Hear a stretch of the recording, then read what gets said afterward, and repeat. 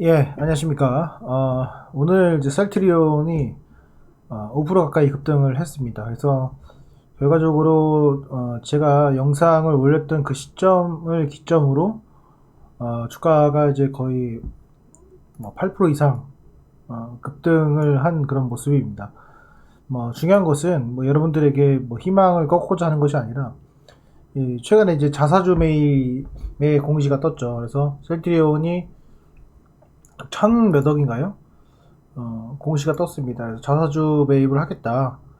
이렇게 떴는데, 뭐, 지금 보면은, 결국에는, 이것이 어떻게 보면 주가가 올라간다라고 생각하시는 분이 많이 계세요. 근데, 저는 그 부분에 대해서 오늘 좀 말씀을 드리고 싶습니다. 어, 이 자사주 취득이라는 것은 어떻게 보면 주가 방어 목적입니다. 근데, 말 그대로, 이 주식을 사가지고, 제일 중요한 것은, 이 소각을 해야 돼요. 소각을 해야지만 진정한 의미가 있는데, 자사주를 취득한다는 것은 또 나중에 되면 언젠가 그 자사주를 다시 팔 수 있다는 겁니다. 그렇기 때문에 뭐 어마어마한 호재는 아니다라고 객관적으로 좀 말씀을 드릴 수가 있고, 그리고 이 자사주 취득 과정에서 여러 가지가 있는데, 좀 여기 화면을 좀 보시면은 이 자사주 취득을 하는 시점은 보통 주가가 이렇게 내려가는 시점에서 많이 합니다. 여기서 많이 하는데, 이런다고 해가지고 자사주 취득을 할 때 이렇게 주가가 이렇게 올라간다, 저는 이런 걸 거의 본 적이 없어요. 본 적이 없고, 보통 어떤 식으로 하냐면은 주가가 올라갈 때는 매입을 안 하고요. 주가가 떨어졌을 때 이 받치는 역할을 합니다. 그러니까 여기 보시면 호가창이 있으면은 호가창이 여기서 여기 있는 물량들을 매수를 하는 것이 아니라 이런 데다가 이 받쳐놔요. 받쳐놓습니다. 받쳐놓는 것이지, 이거를 막 시장가에서 막 사는 이런 식으로 해가지고 주가 방어는 하지 않는다. 그러면은 주가가 어떤 흐름으로 갈 수 있냐면은 요 이후에 주가가 이런 식의 횡보를 할 수도 있고요. 이게 가장 많은 케이스고, 또 하나는 이런 식으로 단계적으로 올라가는 경우가 가장 많습니다.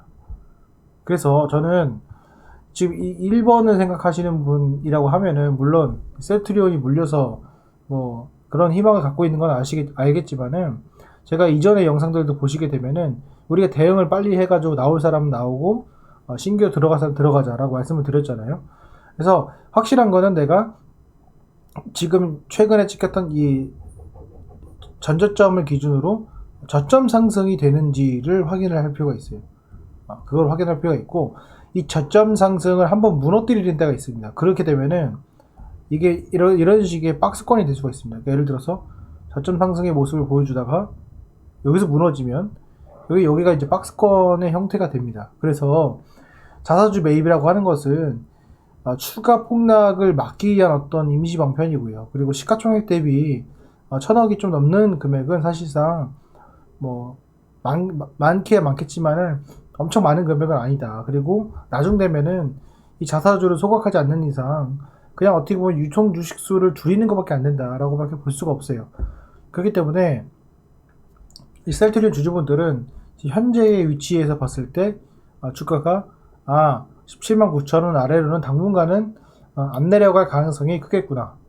되도록이면은 그 천억을 이용해서 이 18만 원을 지키려고 노력을 하겠구나. 이런 식으로 접근을 하시면 될 것 같고, 그렇다면은 결국에는 추세가 무너진 이 셀트리온에서 여기를 인정해 준다라는 의미이기 때문에, 결국에는 요 대량 거래에 있는 박스권, 그리고 여기 내부 추세선을 그었을 때 요 범주 안에서 우리가 아까 제가 이전에 말씀드렸던 것처럼 매수와 매도를 반복하면서 수량 늘리기를 해야 된다, 이렇게 좀 말씀을 드릴 수 있을 것 같습니다.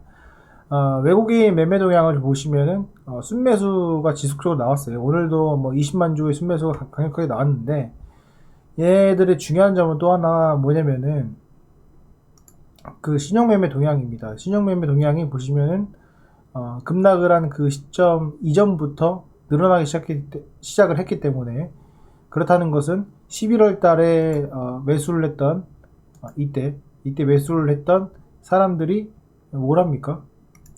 이때 매수했던 사람들이 익절을 할 수 있는 구간이 생긴다는 거예요. 그러면은 익절할 수 있는 구간은 당연히 25만원 구간이 오면은 대부분 많이 익절을 하겠죠. 그래서 저는 여기서부터 쌍바닥이 생길 가능성이 상당히 크다. 제가 지난번에도 예전에 계속 말씀을 드리지만은 단계적 하락이 나오면은 쌍바닥이 나올 가능성이 큽니다. 그리고 급락이 나오면은 V자가 나올 확률이 커요. 그래서 그런 부분들을 여러분들이 좀 알아두시면은 도움이 된다. 그러니까 주가가 이런 식으로 계단식 하락을 보이는 종목들은 여기서 이렇게 올라가는 건 없어요. 본 적이 없습니다. 거의.